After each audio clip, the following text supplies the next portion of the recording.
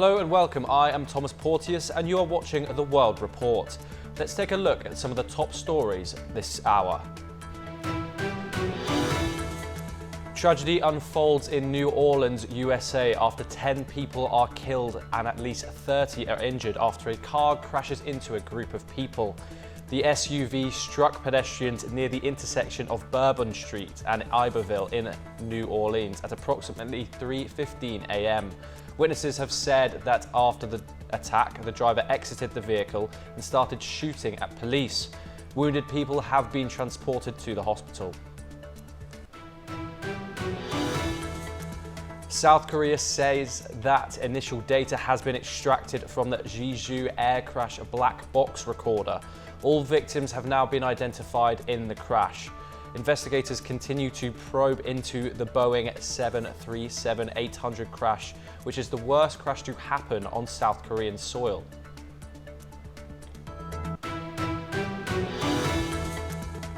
South Korea's impeached President Yoon will be arrested within the deadline, says the Chief of Corruption Investigation for high-ranking officials.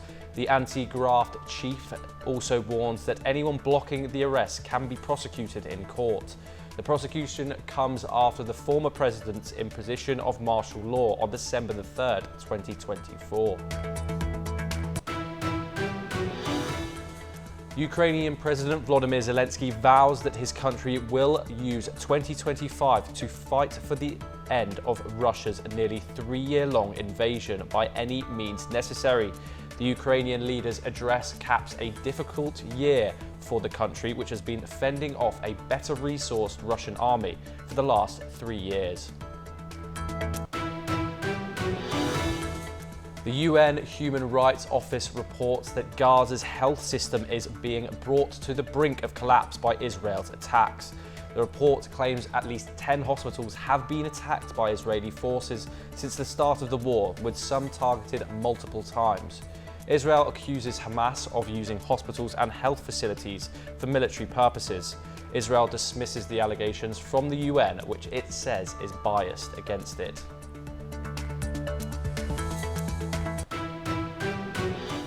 Revelers across the globe welcome the arrival of 2025 with spectacular fireworks and festivities. While thousands visited Tokyo Shrine for traditional New Year prayers, Georgian anti-government demonstrators gathered in front of the Georgian parliament to celebrate the new year, continuing the month-long protests. Here's a look at some of the New Year's Eve celebrations around the world. Thousands of people lined the banks of the Thames River to watch the 2025 New Year fireworks as they light up the sky around the London Eye. There were also some fireworks in Syria that illuminated Umayyad Square in central Damascus as Syrians welcomed 2025, almost 3 weeks after the fall of the Assad family regime which ruled the country since 1970. Meanwhile, North Korea's Kim Jong-un and daughter Jeju Air attended the New Year's celebration at the Rungrado 1st of May Stadium in Pyongyang. In New York, people gathered at Times Square for the New Year countdown and to welcome 2025. The Moscow residents and tourists welcomed in the new year in the streets of the Russian capital, with Red Square fenced off by police and illumination on the Kremlin walls turned down. For a third consecutive year since the start of the offensive against Ukraine, Moscow authorities cancelled a firework display.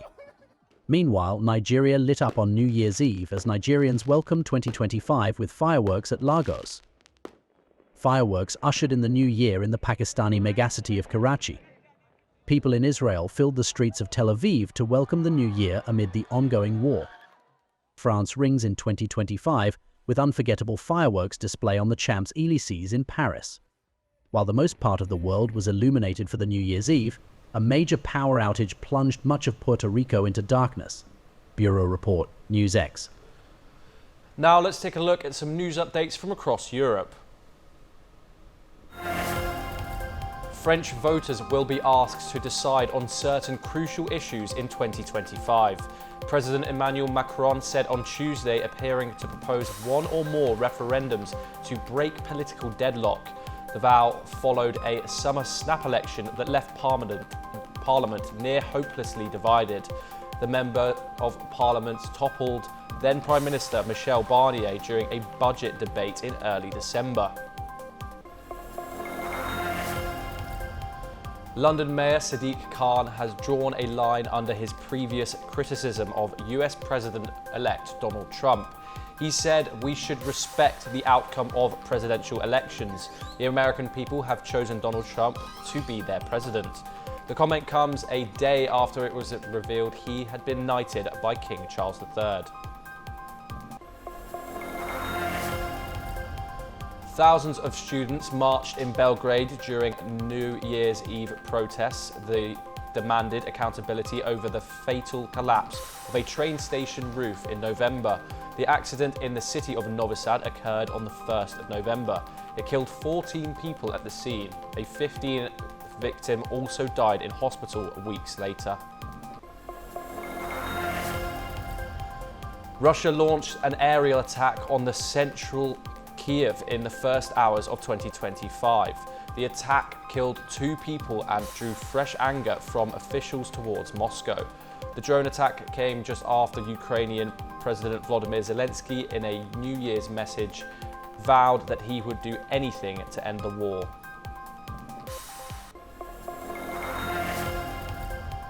The numbers of irregular migrants arriving in Britain on small boats soared in 2024, data showed on Wednesday.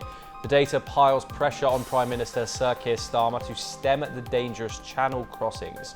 As per the Interior Ministry data, almost 37,000 people were detected in the channel last year. This marks a 25% increase from 2023.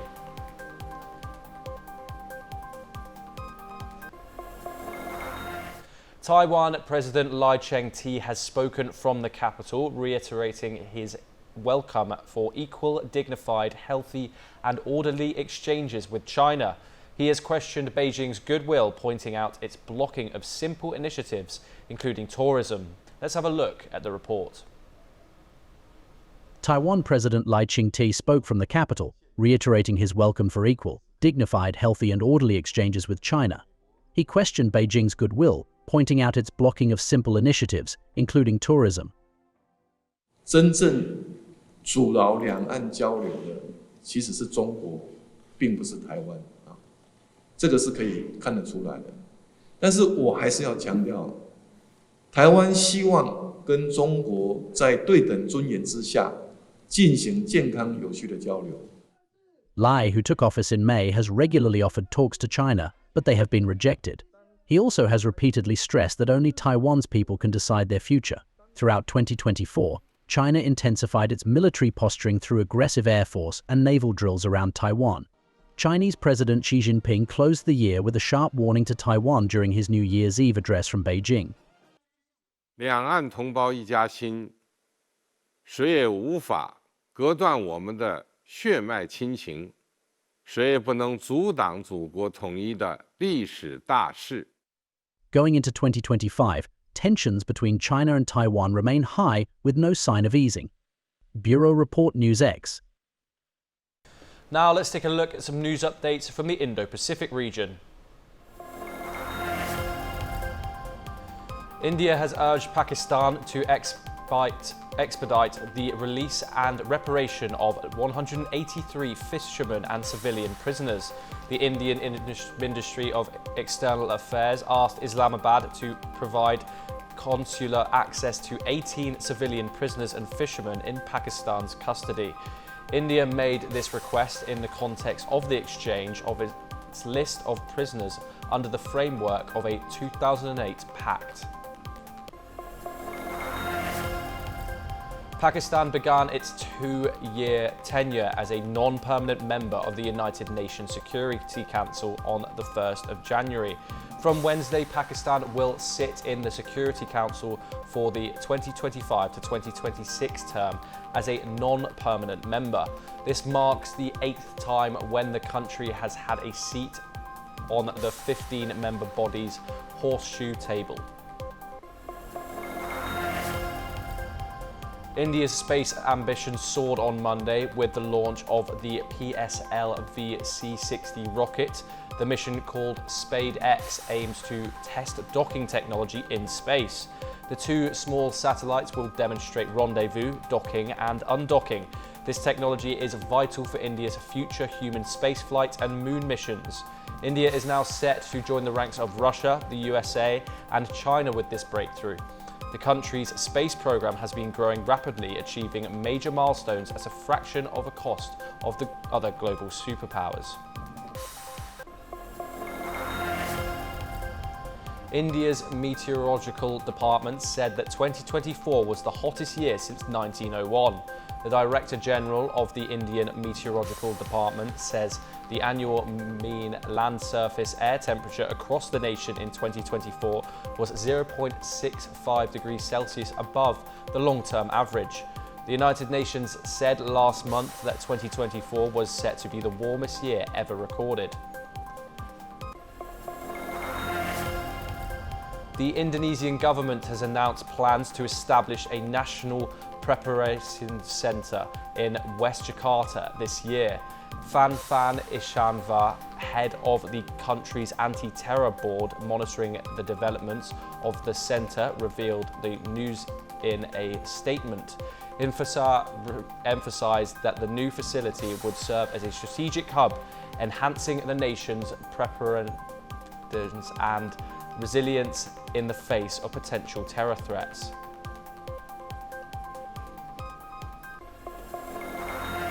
Ukrainian President Zelensky vows 2025 will be the year to stop the Russian invasion, emphasizing the strength on the battlefield and at the negotiating table. Meanwhile, Russian President Putin praises his nation's resilience in his New Year's address as the EU braces for energy changes with the end of a gas transit deal through Ukraine. Here is a report. Ukrainian President Volodymyr Zelensky vowed that his country would use 2025 to stop the Russian invasion. Нехай 2025 стане нашим роком. Роком України. Ми знаємо, що мир нам не подарують, але ми зробимо все, щоб зупинити Росію і закінчити війну. Те, чого хотів би кожен з нас. He also said Ukraine will need to fight to bolster its position against Russia. І щодня в наступному році усі ми маємо боротись за Україну, яка буде достатньо сильною, бо тільки таку Україну поважають і чують, як на полі бою, так і за столом переговорів. On the other hand, Russian President Vladimir Putin praised his country in New Year's speech.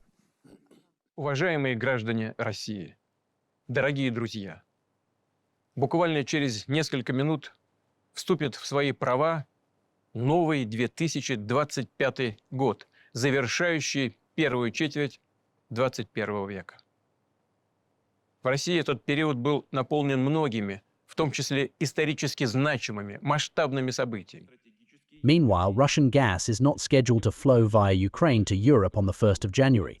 Ukraine has been allowing Russia to pipe gas to Europe under a 5-year deal signed in 2019. The European Commission said the EU had already prepared for the change and most states will cope. Moldova, which is not a EU member, is suffering shortages. However, Russia can still send gas to Hungary, Turkey and Serbia through the Turkstream pipelines across the Black Sea. Bureau Report, NewsX. Now let's have a look at some news updates from North America. A 45-year-old man is in critical condition after being shoved onto the subway tracks in New York City on New Year's Eve, adding to a recent wave of violent incidents in the city's busiest transit system. The victim, who was pushed onto the tracks at 18th Street Station, miraculously survived after being struck by an incoming train. He suffered a head injury and was later listed in a stable condition at Bellevue Hospital, according to the New York Post. "22-year-old Wendy Pamela Bailey from Alabama has been arrested after informing investigators that her missing 1-year-old son's body was kept in a storage shed. The discovery followed a tragic accident in which a man named Stephen Bradley Collins and his 2-year-old daughter Rayleigh were killed. The couple's 1-year-old child, Caleb Rowan Collins, had been unaccounted for until Bailey's statement. A large fire has destroyed parts of the historic Broadwalk and several buildings in Telegraph Cove on Vancouver Island. Port McNeill Fire Rescue issued a safety warning, urging people to stay away from the area to avoid hindering firefighting efforts. The department called it a devastating loss to the North Island. A photo shared by the department showed a restaurant engulfed in flames. The cause of the fire is still unknown. President-elect Donald Trump said he would attend next week's state funeral for Jimmy Carter. The former US president died on Saturday at the age of 100. Trump's announcement ends speculation about his presence at the memorial for a predecessor whom he once often criticized.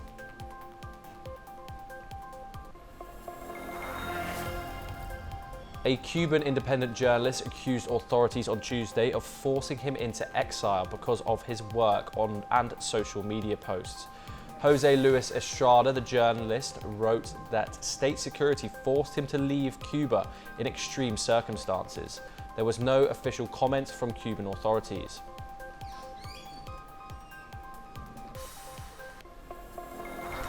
Investigators in South Korea have made initial progress in the probe into the crash of Jeju Air Flight 2216. The cockpit voice recorder's data has been partially recovered, while the flight data recorder will be sent to the US due to extensive damage. The crash at Muan International Airport on Sunday claimed 179 lives, with identification of victims now complete. Let's take a look at the report. Investigators probing the deadly crash of Jeju Air Flight 2216 in South Korea have recovered the initial data from one of the aircraft's black boxes. Ju Jong-won, Deputy Minister for Civil Aviation, said on Wednesday that the initial extraction of data from the cockpit voice recorder had been completed. 사고조사위원회는 음성 기록 장치에 저장된 자료를 이미 추출 완료하였고 오늘은 이 자료를 음성 파일 형태로 전환하는 작업에 착수할 계획입니다. Ju said that the plane's second black box, the flight data recorder, would be sent to the United States for analysis as local investigators were unable to recover the information it contained due to damage it suffered in the crash. 파손된 비행 기록 장치는 국내에서 자료 추출이 불가한 것으로 판단됨에 따라 미 교통안전위원회와 협조를 통해 미국으로 이동하여 분석하는 방안을 오늘 합의하였고 Jeju Air Flight 2216 crashed at Muan International Airport, about 290 kilometers southwest of Seoul, on Sunday morning, killing 179 of 181 people on board. 2025년 1월 1일 10시 30분 기준 사고 수습 상황은 다음과 같습니다. 신원 확인입니다. 사망자 179명 전원 신원 확인이 완료됐습니다. Authorities have said that identifying the remains has been a slow and difficult process due to the damage done to the bodies in the crash. Bureau Report NewsX. And that is all we have time for. We'll be back soon with more of the latest news updates from across the world.